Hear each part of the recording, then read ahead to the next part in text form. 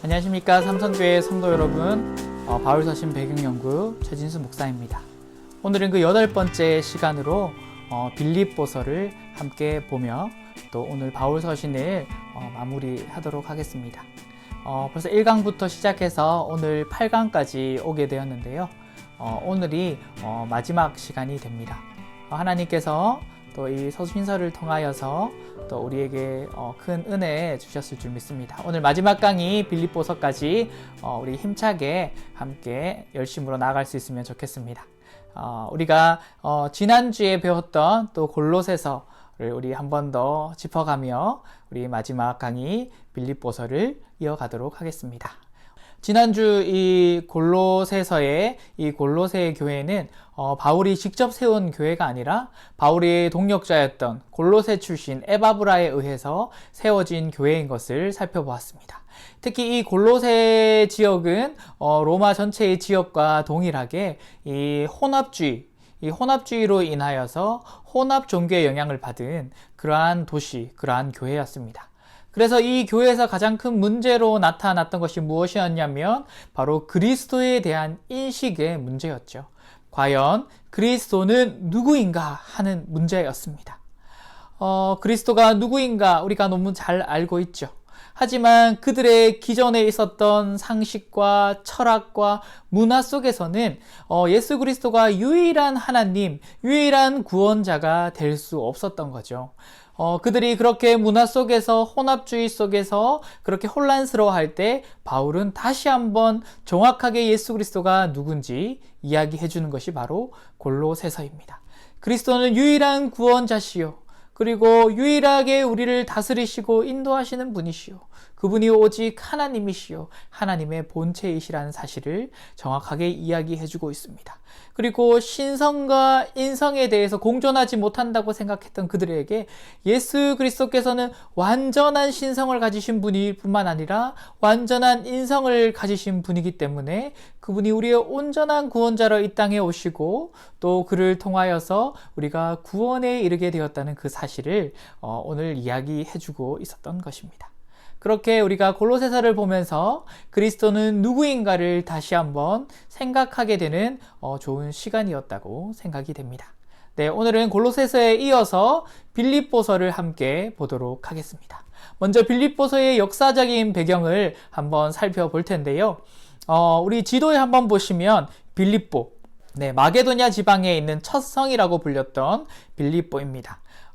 그때 우리가 바울이 아시아에 전도를 하려고 하였으나 드로아 환상으로 인하여서 마게도냐로 넘어와라 라는 이 성령의 부르심에 따라 바울이 빌립보에 가서 복음을 전파하고 거기에 주님의 교회를 세우게 되죠.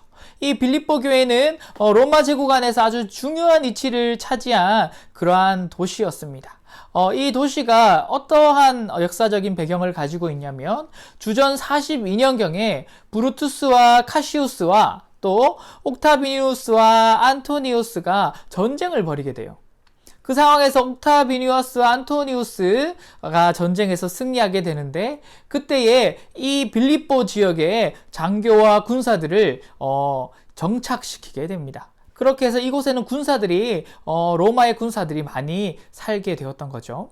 그리고 주전 31년에는 그 유명한 악티움 회전이라는 것이 일어나게 되는데 여기서는 옥타비아누스와 안토니우스가 전쟁을 벌이게 되죠. 그렇게 해서 옥타비아누스가 승리를 하게 되고 자신을 아우구스티누스라고 명하며 로마 제국의 첫 황제가 됩니다. 이때에 이 빌립보 지역을 군사기지로 삼고 또 이 패배한 안토니우스의 군사들, 이 부하들을 이 빌립보 지역에 정착시키게 되는 거죠. 그렇게 이곳은 특별한 식민지, 특별 식민지 지역이 되었습니다. 그리고 이들을 일컬어서 이탈리아의 벗이라 이렇게 일컬었던 거죠. 그러니까 여기는 굉장히 특별한 도시였습니다.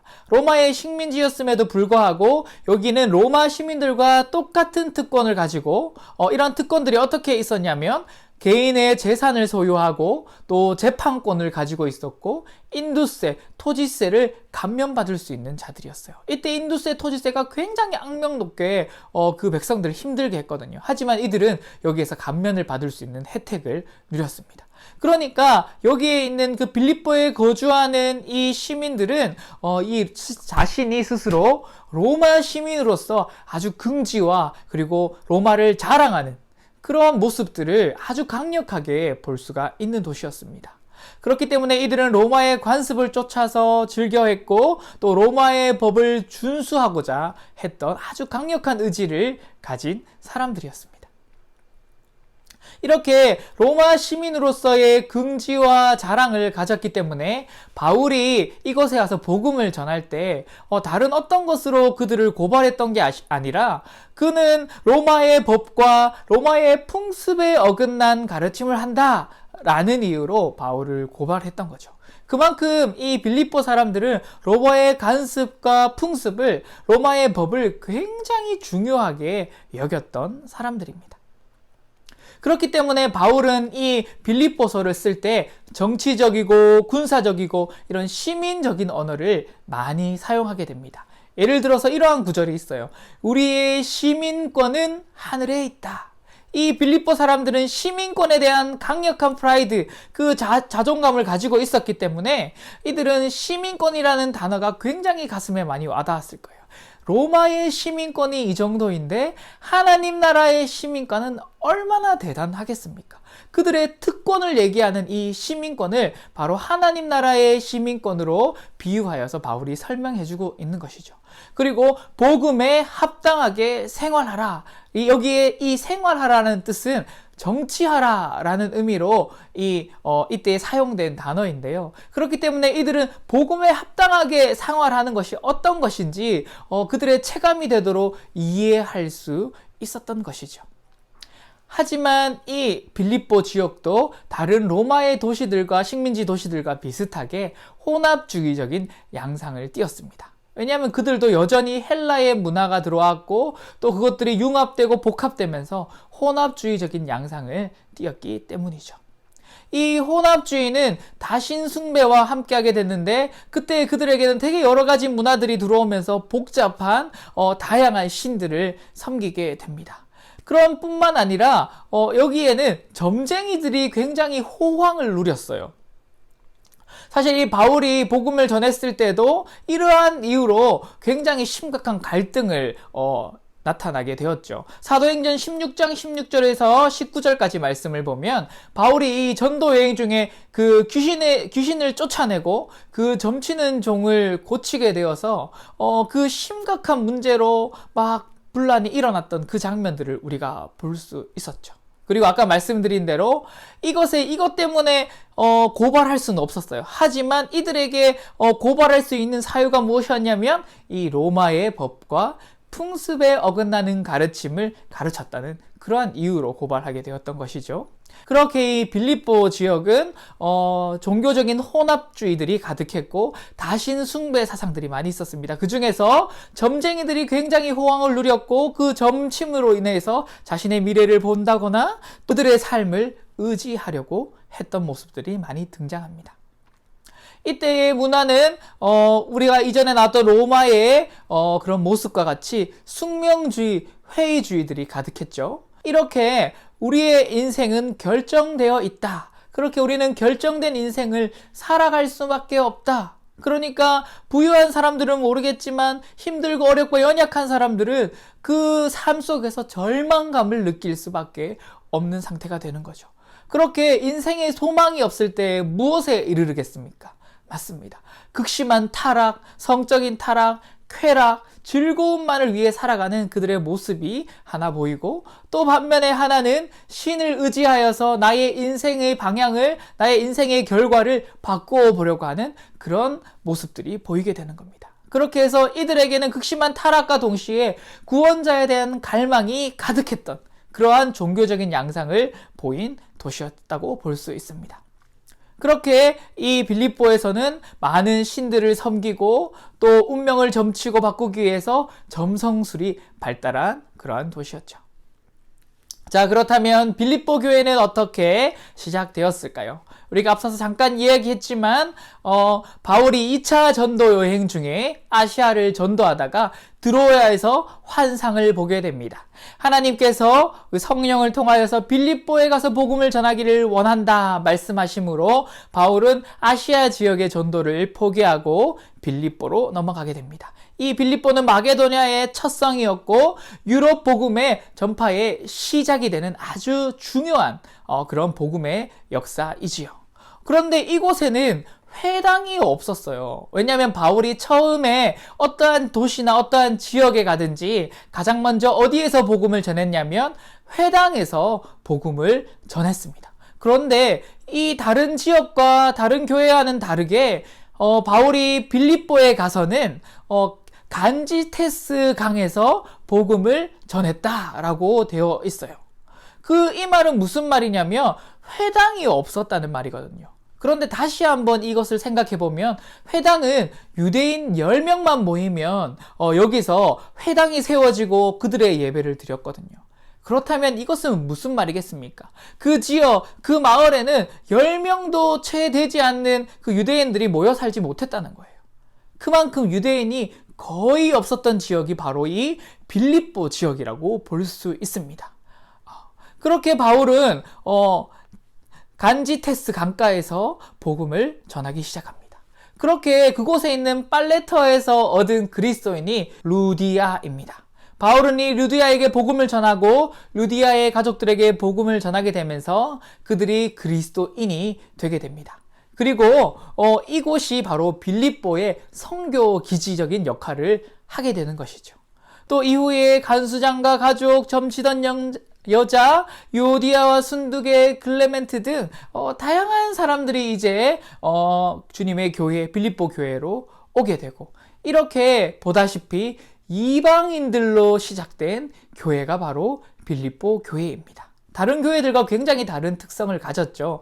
다른 교회는 기본적으로 유대인의 회당에서 시작해서 유대인들의 중심으로 그 교회가 세워지고 이방인들이 모여들게 되었는데, 이 빌립보 교회는 이방인을 중심으로 시작되고 확장되고 그렇게 세워진 교회라고 볼 수 있습니다. 자, 바울과 이 빌립보 교회는 특별한 관계를 가지고 있었던 걸로 보여집니다. 우리가 다른 교회들과는 조금 다르게 바울은 빌립보 교회를 더욱더 신뢰롭고 특별한 관계로 인정했던 것 같아요. 나의 사랑하고 사모하는 형제들, 나의 기쁨이요 면류관인 나의 사랑하는 자들, 이렇게 바울은 빌립보 성도들을 부르고 그렇게 지칭하고 있습니다. 뿐만 아니라 예수 그리스도의 심장으로 빌립보 교인들을 사모하고 있으며 하나님이 이 증인이라 라고 이야기할 정도입니다. 그렇게 바울은 빌립보 교회를 너무나도 사랑했고, 또 이 사랑할 뿐 아니라 이 사랑의 관계를 유지하고 있었을 뿐 아니라 서로 간의 신뢰로운 관계를 유지하고 있었던 것 같아요. 바울은 다른 교회에는 사실은 특별히 재정 지원을 받은 적이 없습니다. 물론 예루살렘 교회를 돕기 위해서 연보를 받아서 전달해 준 적은 있지만 대부분의 사역을 자비량 사역으로 충당하고 사역을 해나갔었습니다. 하지만 이 빌립보 교회에게만은 특별히 재정적인 지원을 받았다고 그래요. 바울이 이 재정적인 지원들을 다른 교회에서 받지 않은 이유는 그 교회들에게 피해를 주지 않고 그 교회들이 시험에 들지 않게 하기 위해서였어요. 왜냐하면 그 교회들이 그만큼 성장하지 않았고 그만큼 바울을 신뢰하지 못했기 때문에 바울은 그들에게 덕이 되기 위해서 재정적인 지원을 받지 않았던 거죠. 하지만 빌립보 교회만큼은 바울이 지원을 받았습니다. 그렇게 재정적인 지원을 받으면서 바울이 사역을 이어갔던 것이죠. 이런 물질적인 지원뿐 아니라 사실 이 빌립보 교회와 성도들은 바울의 복음 전파도 함께 했던 거죠. 그러니까 이 바울에게 있어서 이 빌립보 교회는 참 특별하고 단지 사랑하고 사랑을 전해주는 교회였을 뿐만 아니라 사랑을 풍성히 받았던 교회이고 또 함께 동력하며 함께 그 사역을 함께 감당했던 그러한 교회라고 볼 수 있겠습니다. 이 빌립보서의 기록의 목적을 한번 살펴보겠습니다. 바울은 이렇게 빌립보 교회로부터 많은 사랑을 받았기 때문에 이 사랑과 배려에 대한 감사의 의미로 편지를 전해주고 있습니다. 이 빌립보 교회가 사실 에바브로디도까지 바울에게 보내주면서 바울을 또 같이 돕고 섬기게 하였거든요. 또한 뿐만 아니라 바울을 위한 헌금도 전달했습니다.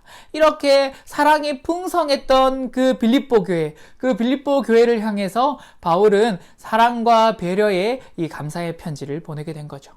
또 두 번째 바울이 이 편지를 쓴 목적은 바울이 오랫동안 이제 감옥에 투옥되어 있으면서 사람들이 이런 생각을 했을지 모른다고 생각했던 것 같습니다. 무엇이냐면 바울이 오래도록 이렇게 감옥에 갇힌 것은 하나님의 능력이 가짜가 아니었나? 하나님의 능력이 없는 것이 아닌가? 결국은 결국은 이 그리스도도 아무것도 아닌 게 아닌가? 하는 이런 의심들을 가질 소지가 있었기 때문에 바울은 여기에 대한 변명을 함으로 이 이유를 편지로 보내게 됩니다. 이 가운데 이야기하는 것이 무엇이냐면 복음의 능력에 대한 이 의심과 성도에 대한 낙담, 이것들을 한 방에 무너뜨리는 거죠. 무엇이냐면 바울은 이 감옥 안에서도 더욱더 강건하고 감옥 안에서도 오히려 복음이 계속 전해지고 있고 그 복음이 확장되고 있음을 보여주고 또 빌립보 교인들에게 들려주게 되는 것이죠. 하나님의 능력은 이 감옥에서도 놀라운 역사로 이루어지게 되는 것입니다. 또한 한 가지는 이 빌립보 교회 안에 분쟁을 해결하기 위해서입니다. 이 교회 내에 분파가 일어났다는 이야기를 듣게 된 거예요. 하지만 이곳에서 바울은 이렇게 얘기합니다. 죽기까지 자신을 낮춘 예수 그리스도를 본받아서 하나가 되라 라는 것이죠. 결국은 이 분파는 결국 서로의 교만함에서 이루어지는 것이죠. 하지만 우리가 예수 그리스도 한 주님 안에서 우리가 함께 있을 때에는 누구도 그보다 높을 수 없고 누구도 그보다 나을 수 없습니다. 우리는 예수 그리스도 안에서 그분이 우리를 사랑하심으로 자신을 죽기까지 낮춘 그 모습을 기억할 때에 우리는 그리스도 안에서 모두 동등되게 되는 것이죠. 그렇게 서로가 하나 될 수밖에 없음을 이야기해 줍니다. 결론은 예수 그리스도를 본받으라 하는 것입니다. 그리고 또 하나는 유대 기독교의 열광주의자들을 경계하라는 것입니다. 이들은 이곳에 들어와서 할례를 요구하고 또 영적인 체험을 강조했습니다. 이 사람들은 어떻게 얘기했냐면 하나님 나라 예수 그리스도가 다시 오셔서 이 땅에 하나님 나라가 이루어지고 완성되는 것이 아니라 지금 이 현재의 완전한 구원을 이룰 수 있다고 이야기하는 거죠. 그렇게 율법과 할례를 지키고 또 영적인 어떠한 신비적인 체험을 하게 되면 거기서 완전한 구원을 이미 성취한 자들이 일어난다고 생각을 했습니다. 그래서 바울은 이들을 보고 손할례당이라고 이야기해요. 이 손할례당이라는 말은 원래는 없는 말인데 이 의미는 무엇이냐면 거짓 할례자라는 의미입니다. 그렇게 그들은 그들의 거짓된 이야기들을 바울이 명확하게 찝어가면서 아니다. 우리는 오직 예수 그리스도 그분에 대해서 그분을 본받으며 또 그분이 다시 오시며 완성되는 하나님 나라를 통해서 온전히 구원에 이른다는 사실을 이야기해주고 있습니다. 또 한 가지는 고난 중에 있는 빌립보 교회를 위로하기 위해서입니다. 이 빌립보 교회, 특히 바울이 복음을 전할 때도 여러분들이 아까 들으셨겠지만 예수 그리스도에 대한 복음을 전하는 것이 그들 빌립보의 성의 사람들에게 있어서는 로마의 법, 로마의 풍습에 위배하는 것이었어요. 그렇기 때문에 이 빌립보에 있는 성도들이 예수 그리스도를 전하고 또 그 방식대로 살게 되면서 빌립보 안에서 그 성 안에서 로마의 법, 로마의 풍습과 부딪히게 됩니다. 그로 인하여서 그들은 계속되는 핍박과 고난, 박해들 가운데 계속 거하게 된 것이죠. 그것을 알게 된 이 바울이 그들의 고난 중에 위로하기 위해 이 편지를 썼습니다. 우리에게는 어떠한 소망이 있는 것인가요? 지금 현재의 고난이 있지만 장차 오실 예수 그리스도의 우리의 소망이 있고 주님 다시 오셔서 완성되고 구원에 이르게 될 그 날에 우리에게 소망이 있는 것이죠. 그렇기 때문에 이 바울은 그들에게 계속되는 이 핍박 중에 전투와 투쟁을 살아가던 이 성도들에게 위로의 메시지를 전해줍니다. 이를 통해서 교회를 힘있게 세워가기 위해서 이 빌립보서를 기록하게 된 것이죠. 네, 그렇다면 이 빌립보서를 통해서 우리에게 주시는 메시지는 무엇일까요? 그것은 바로 하늘나라의 시민권, 하나님 나라의 시민권이 우리에게 있다는 사실입니다. 그러나 우리가 이 자부심, 하나님 나라의 시민권을 가졌다는 이 자부심, 긍지, 자랑 혹은 그 감격들이 우리에게 남아 있습니까? 이 하나님 나라의 시민다운 삶, 또 그 시민다운 교회를 우리가 살아내고 있습니까? 우리는 이 빌립보서를 한번 묵상하고 또 연구하면서 우리 하나님 나라의 시민권을 가진 자로서 우리의 모습을 한번 돌아보아야겠습니다. 그 빌립보 로마의 시민권도 그토록 자부심을 가지고 살았던 그 사람들도 있었는데 우리는 과연 이 하나님 나라의 시민권을 가진 자로서 왜 어떠한 긍지도 느끼지 못하며 살아가는 것일까요? 우리는 이 모습, 이 하나님 나라의 시민권, 하늘나라의 시민권으로의 이 자부심과 긍지를 회복할 필요가 있습니다. 그리고 우리가 여전히 우리의 삶 속에도 이 빌립보 성도들의 삶처럼 세상의 문화와 풍습과 이런 것들과 부딪히게 됨으로써 우리도 많은 어려움들, 때로는 고난들, 때로는 핍박들을 겪게 되죠. 하지만 우리도 그들과 동일하게 이 현재의 삶이 아니라 미래의 소망, 이 세상이 아니라 하나님이 참된 소망임을 기억해야 하는 것입니다. 그것이 진정한 우리의 기쁨이고 진정한 우리의 소망이 됩니다. 그렇기에 그리스도인들은 어떠한 상황 속에서도 기뻐하고 즐거워할 수 있는 것이죠. 그렇기에 이 빌립보서가 기쁨의 서신으로 읽혀지고 우리에게 진정한 기쁨이 무엇인지를 알려주고 있는 서신이라고 보여집니다. 네, 우리가 이렇게 빌립보서를 함께 보게 되었는데요. 우리가 아직 다루지 못한 서신들이 사실은 있어요. 그 서신들이 무엇이냐면 바로 목회 서신인데요. 디모데에게 보낸 이 목회 서신이 바로 디모데 전서와 디모데 후서이죠. 이 디모데는 에베소의 사역자입니다. 그리고 디도에게는 디도서를 보내게 되는데요. 이는 바로 그레데의 사역자였죠. 이들에게 이제 목회자로서 교회를 어떻게 세워나갈 것인가, 그 교회를 세워나가는 인도자로서, 리더로서, 성도로서, 교회로서 어떻게 하는지를 잘 이야기해주고 있는 성경이 바로 오늘의 이 목회서신 디모데 전후서와 디도서임을 볼 수 있습니다. 네, 이 목회서신까지 자세히 할 수는 없지만 이곳에 나타난 이 목회서신을 바라보면서 단지 목회자들을 위해 쓰여진 책은 아니거든요. 교회를 세워가는 우리 그리스도인으로서 우리 교회로서의 모습을 살펴볼 수 있으니까 많은 성도님들이 이 목회서신을 읽으면서 진정한 교회의 모습, 진정한 성도로서의 모습을 다시 한번 돌아보며 스스로를 세워나갈 수 있는 그러한 은혜가 있었으면 좋겠습니다. 자, 이렇게 우리가 바울 서신을 13권을 함께 보았습니다.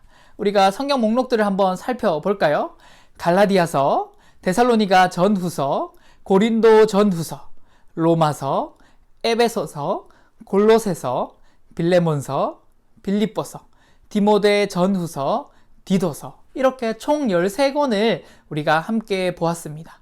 물론 그 학자에 따라서 연도의 순위 조금 더 다르기도 하고 또 경향들이 조금 다르긴 하지만 우리가 이렇게 순서대로 바울이 전도여행 중 세우고 또 어떻게 썼는지 시대별 순차별로 한번 우리가 이 배경 연구를 해 보았어요.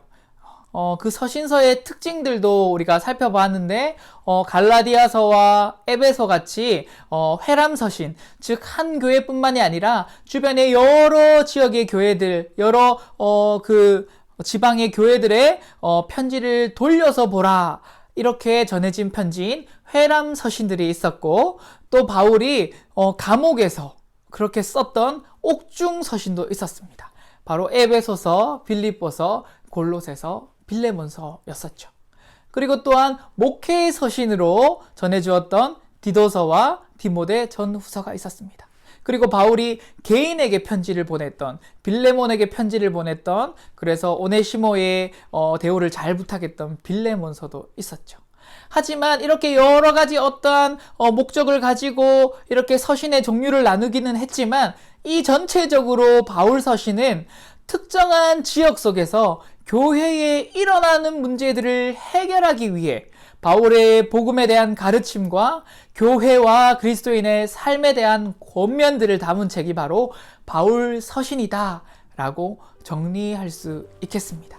이렇게 우리가 13권의 바울 서신의 배경들을 한번 살펴보고 간략하게 내용들을 정리해 보았는데요. 많은 성도님들이 이 8번의 바울 서신의 강의를 통해서 유익한 시간이 되었기를 바랍니다.